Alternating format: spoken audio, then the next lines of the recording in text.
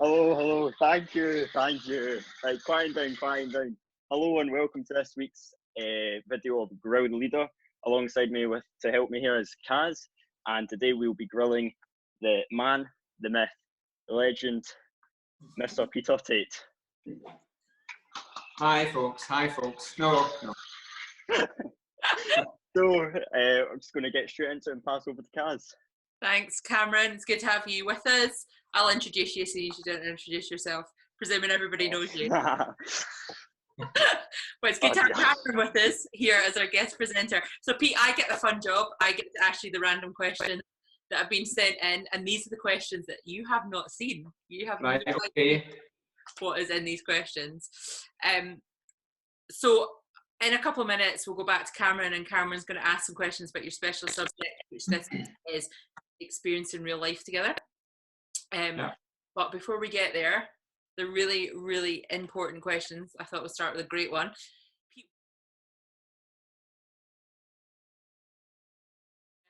So Pete, first question, what is your best joke? Well, maybe not the best joke, but the one that always comes into mind was probably one that I found very funny when I was at primary school, and it goes as simple as this: a sausage and an egg in a frying pan. The sausage goes to the egg and goes, "Ooh, it's getting a bit hot in here, isn't it?" And then the egg goes, "Eek, a talking sausage." Now, I don't know why that makes me laugh or giggle. It's not, there are better jokes out there, but that's the... Yeah, I didn't know you were going to ask me that, and that's the joke that always comes to mind. So there you go. Great. It's even funnier the second time round. Yeah. Cameron's laughing. It must be good. I laugh at anything at this rate. Sorry. Nice. Moving on to the area of food then, Pete. Yeah. 2 questions been sent in for you around the area of food. The first of these you might be able to guess who it was from, but people would like to know which is your favourite chippy? Well, I take it I'm not allowed to say Anne Struther, the nice fish and chip in Anne Struther, because we're not allowed to go there, and I don't go there often anyway. But locally, I'd always go to Marini's, which is just next to Tesco's in Mount Florida. It really annoys me though, because the chip shop that's nearest to me is called the Best Chippy, and it's not. I'm sorry to anyone who goes there, but if you're going to be called the Best Chippy, you've got to be the Best Chippy and sell the best chips, but they don't. So there you go. It does annoy me. So Marini's.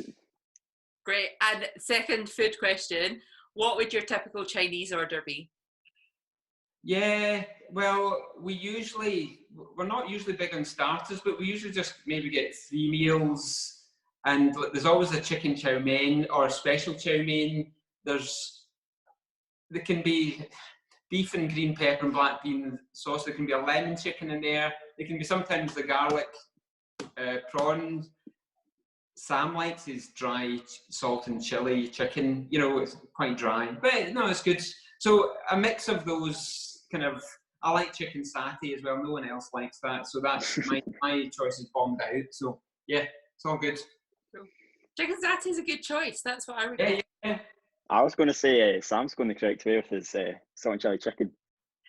That's the way to go. It's a bit dry. He wants it without the sauce, and you go like. All right. Oh, you need to go down the sweet and sour chicken Cantonese style. That's my next line to go down. That itself with some. Oh. Yeah. Great. I think we've given people. Everybody's going to be hungry now. I'm starving. Ready for it. Okay, Pete. People want to know what is your favourite dance move? Dance move. I think it is literally freestyle. Sorry. The next part of that is for you to demonstrate. Yeah, I think you should demonstrate. Oh yeah. Chair dad dancing. What was it? I did like. Did everyone not love the Harlem Shake though when that was out? Was that not a good fun? I mean, I don't think it was a brilliant dance. It was a dance. Anyone could do it. feel like you should demonstrate just in case people don't know what you're talking about, Pete. Yeah, there you go, Pete. Come on. No. Honestly, there's kryptonite under the table. I'm stuck. I can do chair dancing. That's as far as I'll go tonight. Sorry. Great, thanks. Okay. Okay, Pete. Which would you choose, to win the lottery or have your perfect job? I think. You guys are gonna think I'm trying to be someone else. No, perfect job.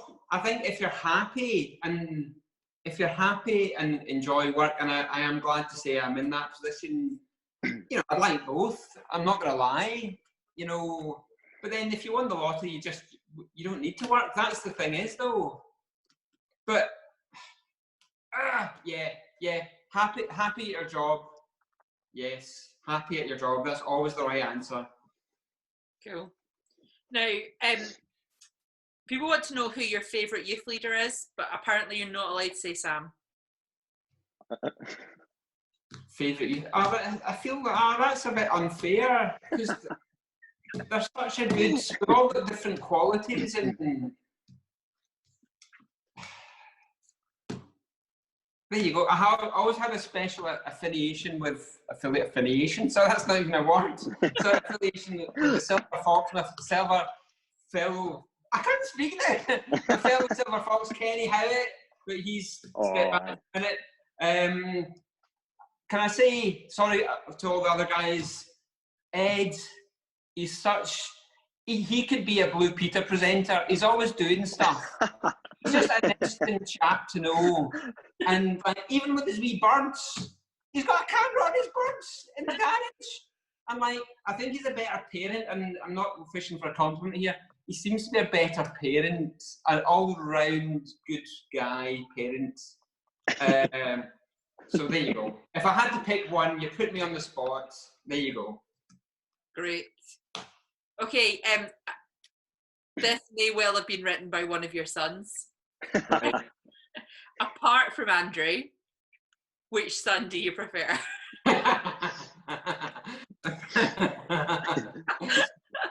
There you go. Yeah. You gotta love the things people ask. Yeah. I'm going to take it a little bit more serious as we get ready to move to Cameron's questions. So people, tell us a little bit about when and how you became a Christian. It was really when it was kind of late primary school, but to be honest, it wasn't me as such. Again, I think it was my testimonies because my dad got quite radically saved. He was an angry chap, to say the least, and would take his anger out, and there was no punching or anything. Sorry, it wasn't that bad, but he was just quite a horrible man in many ways. And I think God kept bringing work colleagues into his life, or even in the village, that said, "Oh, you know," and there was an organisation called the Full Gospel Businessmen's Fellowship International, but it was basically a group of guys that said, "Look, come down, have a meal," and there was a speaker that would give their story of how what Jesus had done in their lives, and he heard this and went, "Oh, my life's a mess. I need to make a decision here," and the rest is history. And I'm not saying he was transformed overnight, but I think he wouldn't stop crying for about 2 weeks. So I thought, what the hell is going on here? Sorry, I feel I'm getting a wee bit emotional even kind of talking about it. Right. So, strange times back then, going like, what's going on? But no, good times, yeah. Changed person, people. Great. What's the best piece of advice around faith, life, and God that you could give to people?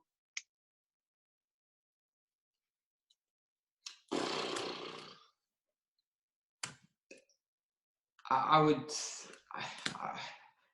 think it would just have to be as simple as God is good, and it's a relationship, and I'm still speaking to myself about this. no matter how complicated we try and make it, or about the rules and what you do and what you don't do, and you know, at the end of the day, you know, it's just about relationship. Brilliant. And which leads us really nicely into what you're going to talk about, I guess, for your specialist subject. For anybody who doesn't know, Pete is one of the poster boys of Queen's Park Baptist Church. We have a number of posters up around the church building that are vision statements, and one of those is experiencing real life together, and Pete and his wife Katrina are the poster people of that. They are the faces of experiencing real life together, for many reasons, but we're going to hand over to Cameron, who's going to ask Pete some questions about that. Yeah, so as Kaz said, Pete's chosen specialist subject was, as I'm reading here, sideways, experiencing life together. So I'm just going to jump straight into the questions. And the first one is, to you, what does it mean to experience life together?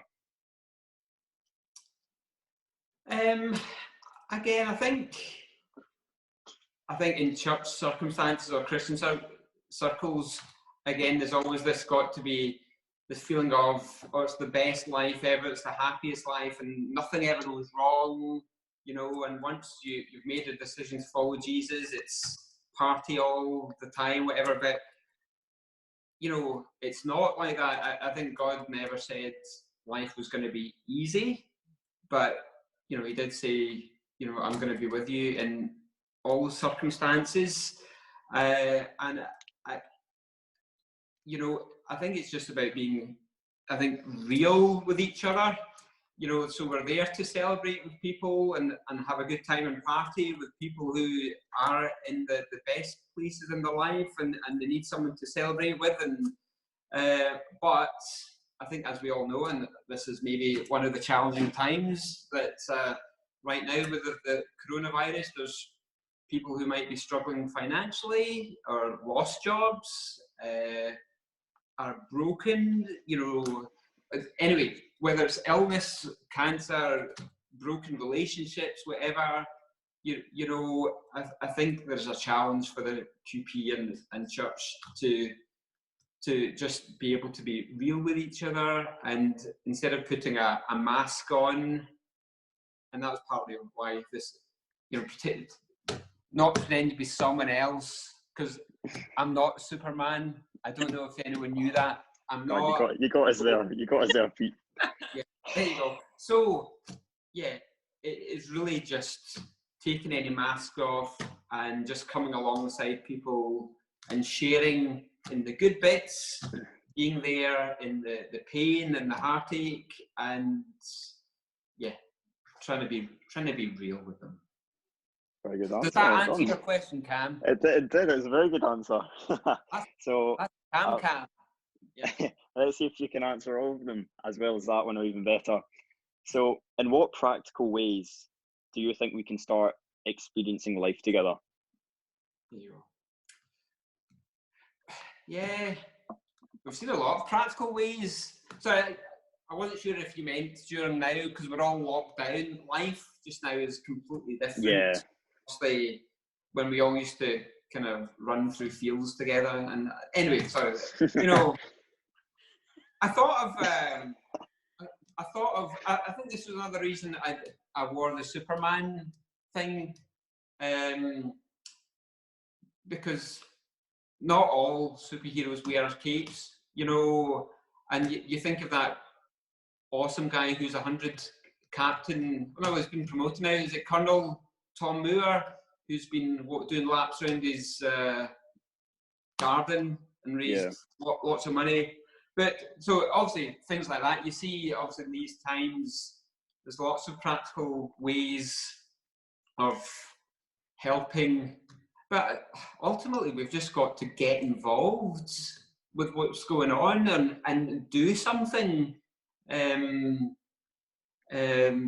You know, whether it is a charitable thing, you know, I've already been moaning to Kaz before we went live, you know, that it felt I was a wasted day today.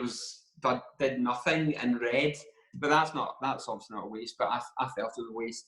But, you know, I have been trying to do practical things for the neighbours, whether it's shopping, me and the lads, I'm going to start our own firm, Tait and Sons Handymen. So we've been digging out and transforming the neighbour's garden, which has been an epic task, which I'm so pleased. She was, and that was for free. We're not charging an old lady. Can I just, I think she's lost it a wee bit by going. She said to our family came around and went, "Oh, they've added thousands onto the price of the house," and so like, we haven't done that good a job. But so also there's practical ways in this. I think we've all been trying to do something practical, but even not, even when life goes back to normal, again, it is, you do just have to ask yourself, how can I get involved? I think Kaz is always trying to rope people, including you, Cam, to be the guest presenter, whereas you probably wouldn't have put yourself into that place. But you said, yes, I will do that, because you were asked, and you're being a good lad. Or even ask the question today, when you're starting off your day, God, how can I be a blessing to someone today? And yeah, I think it's just something, if that's the spiritual answer, obviously you can dig gardens all you want, whatever, but you know what?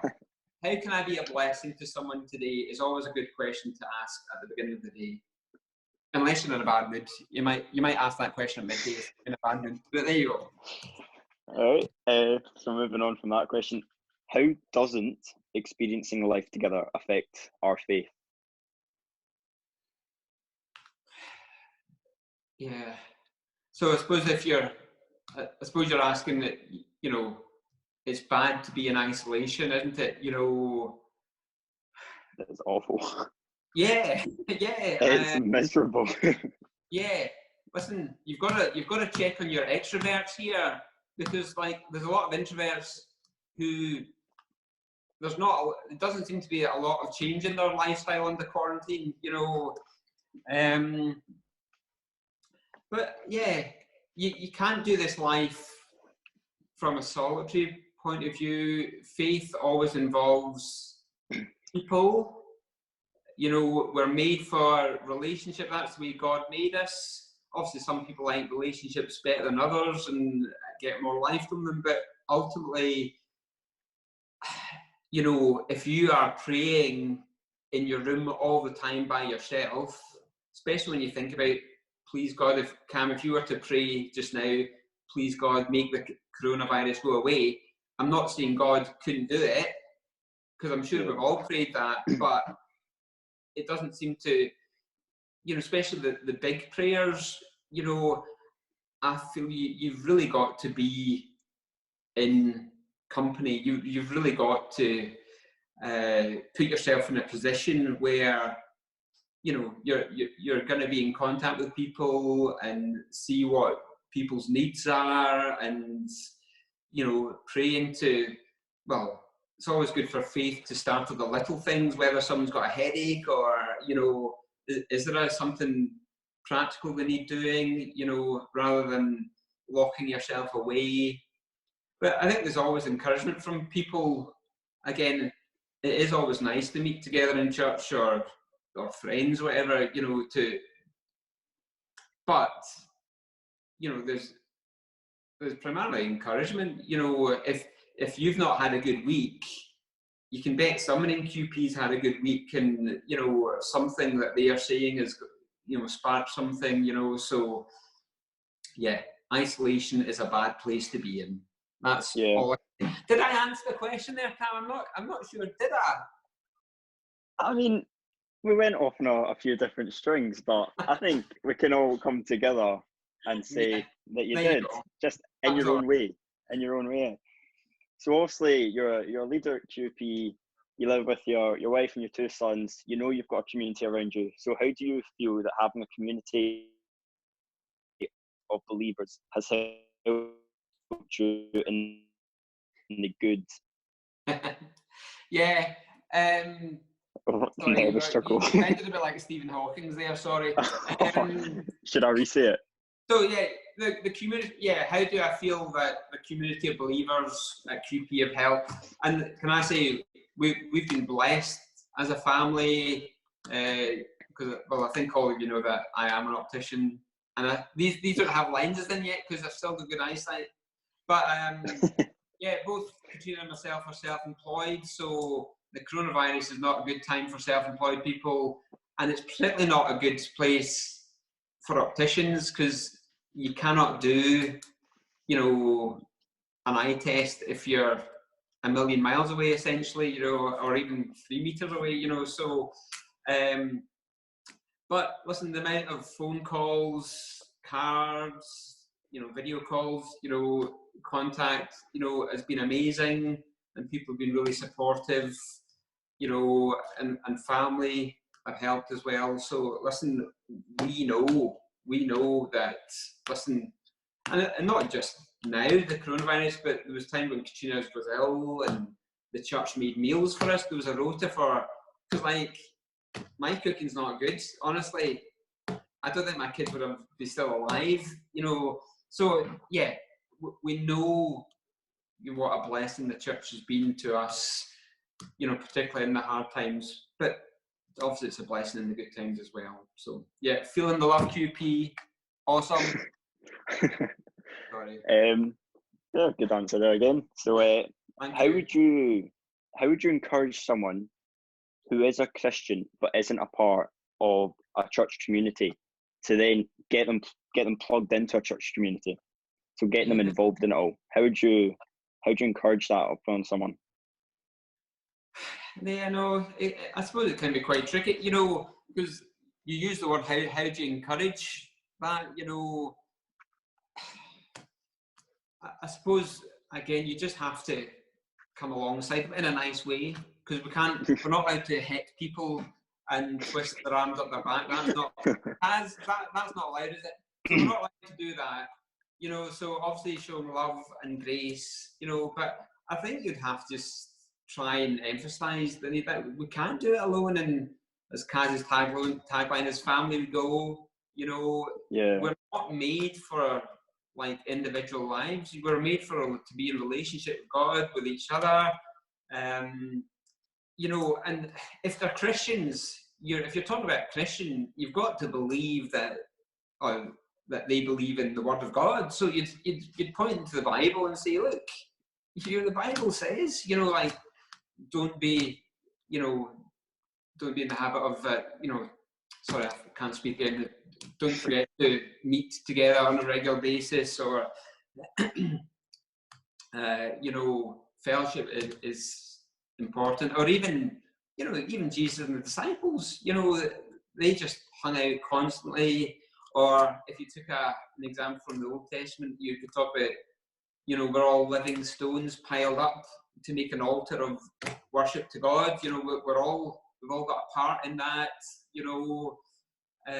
So yeah, if they're a Christian, I think they're just at it for a start. So you would like to think, you know, yeah, you would like to think that it wouldn't be an argument, you know. It'd be an easy argument to win, but there'd be something else stopping them from going to church. I would think there'd be some other reasons that you'd want to know why, and you'd probably try and get them to divulge, and again in a nice way, and yeah, come to peace, whatever is holding them back. Yeah.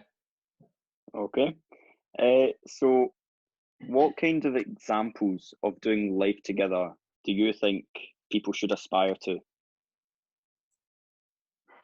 Examples. Well, I'd say Kaz. Kaz is sitting there in the screen. Hi, Kaz. You know, so you know, it's a good example. Again, if you want me to talk about the Bible, I guess Jesus, I would say, is a good example. I always like the example of, well, Paul.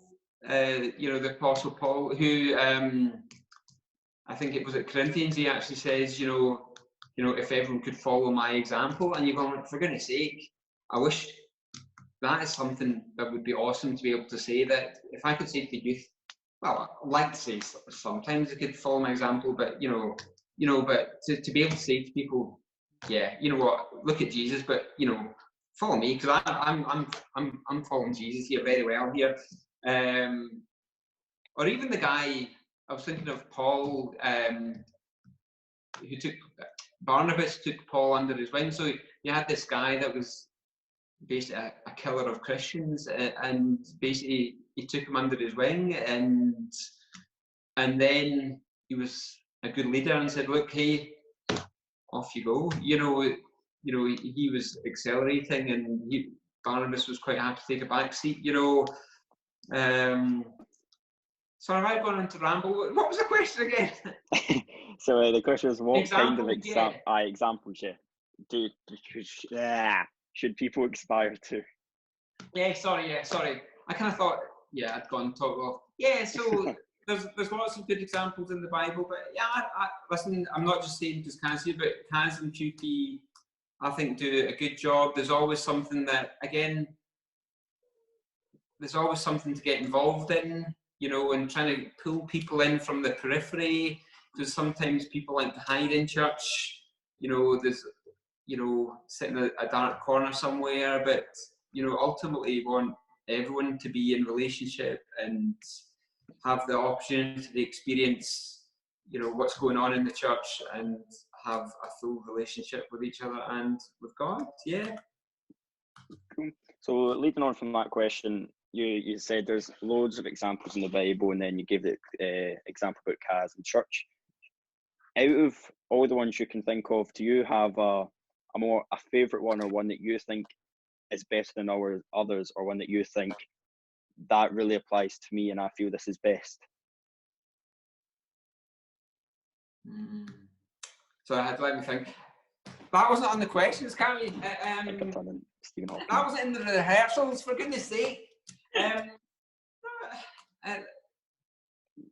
Well, I suppose, listen, isn't that the right answer? Is always Jesus, is it? And I'm not trying to say but yeah, I think if you look at Jesus, I think whereas we try and make religion, or make it about religion, or really complicated, I think Jesus made it really simple, and was an example of. Has Cam disappeared there? No. No, I'm back. Sorry, my Wi-Fi just had a really bad spike.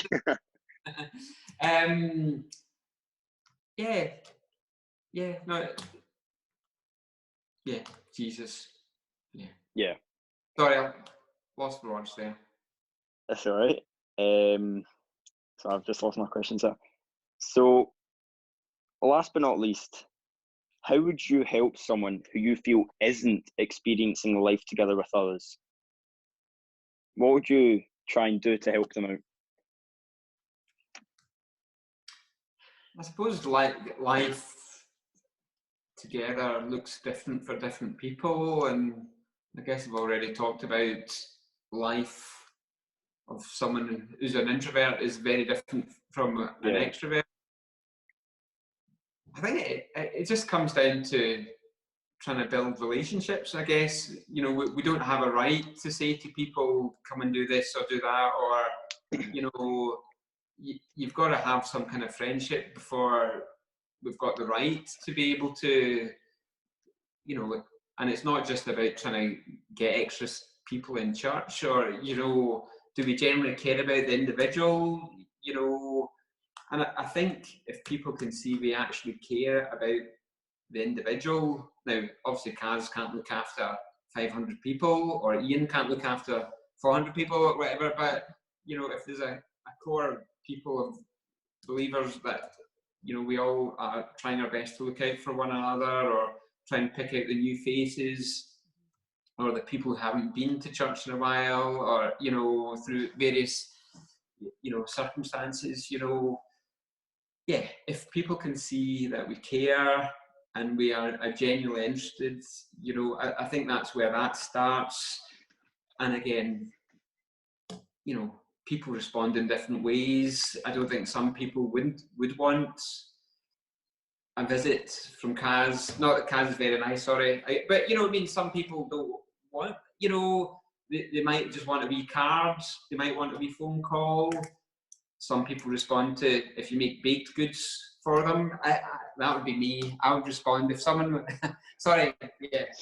By the way, I'm bursting at the start anyway in lockdown. Honestly, there's a here.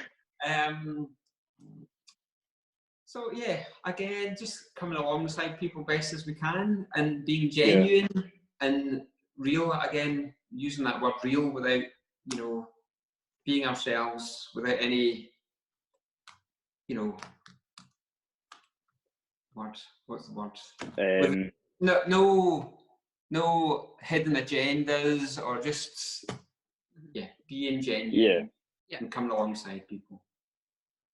Very good. I hate to spoil the fun, but I'm afraid I've run out of questions here. You've done a good job of answering them all, yeah. That's been great. Thanks, Pete. Thanks, Cameron. Cameron, I'm going to do something that I've not done in any Grill Leader. Oh, no. I just feel like, actually, the topic we're talking about here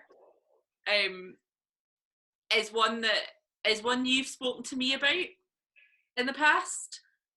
And actually, I think it might be quite good for some young people just to hear a little bit about what this might mean to you. To hear from your point of view, what has that experiencing real life with other Christians been like for you? What has it meant to you? I realise you're not prepared for the question, but I'm kind of hoping. Sorry. I'll come up with something. Well, I know certainly. Obviously, I've grown up being best pals with Daniel, and through Daniel, I also knew Daniel Marner-Smith. So Daniel, throughout the years, he's spoken to me about Christianity and stuff, and he tells me what would happen at church, and he was pretty much a teacher to me, to be honest. We walk to the shops, and then on the way back up, we'd be talking about the Bible, and he would tell me all these stories and what everything means, and I always found it really quite fascinating. And then obviously that was happening for years upon years, and I was thinking about religion in school, but I felt obviously at the youth weekend there, I became a Christian, and before then I was at youth every Sunday, and that's when I felt I really looked forward to youth, not for the learning aspect, but really the social aspect as well.